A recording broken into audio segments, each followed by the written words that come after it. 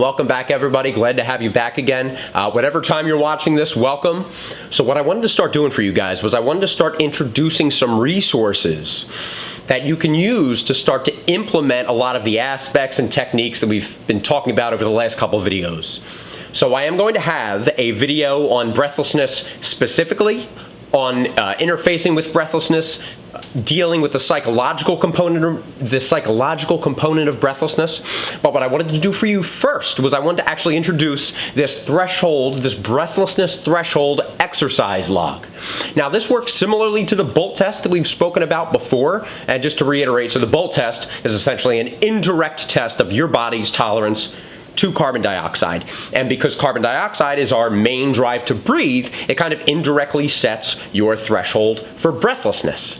So this exercise works similar to the Bolt test because we are going to be increasing the carbon dioxide in our bodies, but instead of doing it through a breath hold, we're essentially doing it through reducing our breathing rate, reducing our respiratory rate. So let's get into it.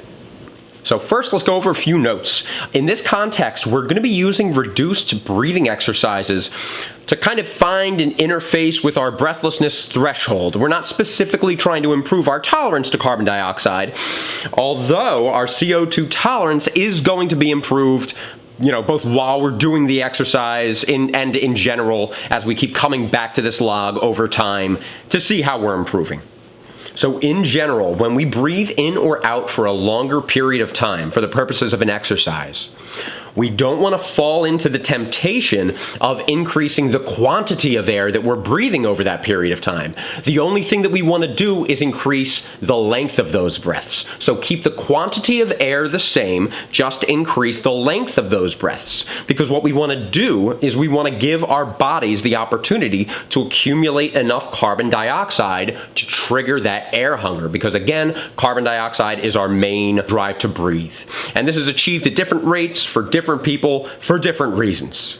And again, as we spoke about in the breathing ecosystem video, there's ways to assist yourself in slowing down the quantity of air that you're breathing. So if you're not in tune yet with your diaphragm to be able to control it, to let out that little bit of air over time, you can either do the pursed lip breathing,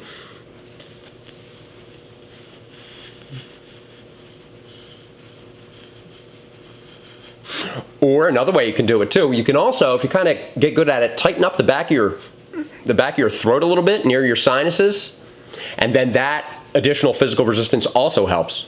And you can actually, with the throat, you can do that with your inhales as well. So you can,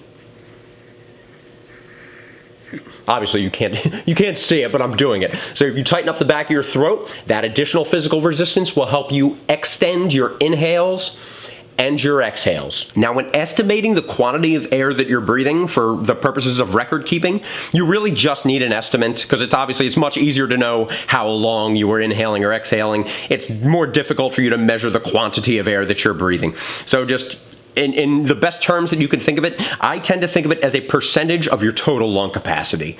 So this is just a totally arbitrary number. For example, if one regular breath for you, for this hypothetical individual, could be 10% of their total lung capacity, you still want to be breathing that 10% total lung capacity, but again, over a longer period of time.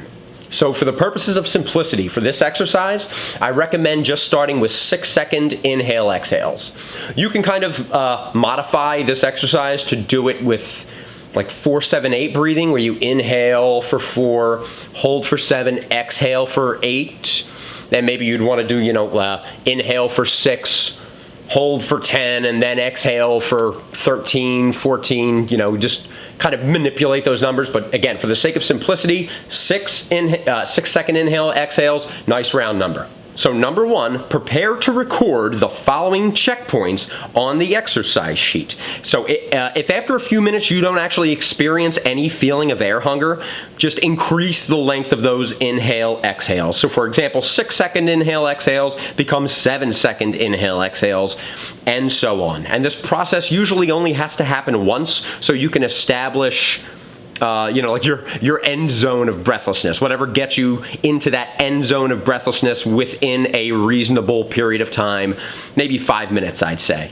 Now, maybe 6-second inhale exhales is too long for you already. If that's the case, then just reduce that to 5-second inhale exhales. Whatever works for you, figure out what your starting point is. And so once you have that, you want to record the time that it takes you to feel, 1, your first mild sense of air hunger. Record that time in its respective column.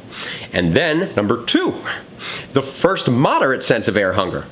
Again, record it in the respective column. And then the final time that you're going to record is when you can no longer maintain that reduced extended breathing rate. So once you have these times recorded, you want to come back to this log over time after you've been improving your breathing habits here or there. Maybe you're implementing supplemental breathing exercises, whatever works for your schedule. And then what you're going to notice is that the time it takes you to get to these checkpoints have increased because now your tolerance to carbon dioxide is increasing as a result of everything that you've been doing.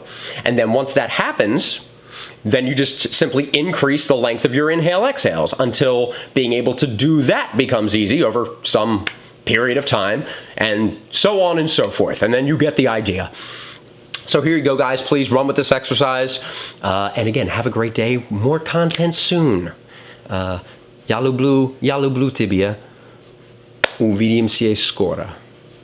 До свидания.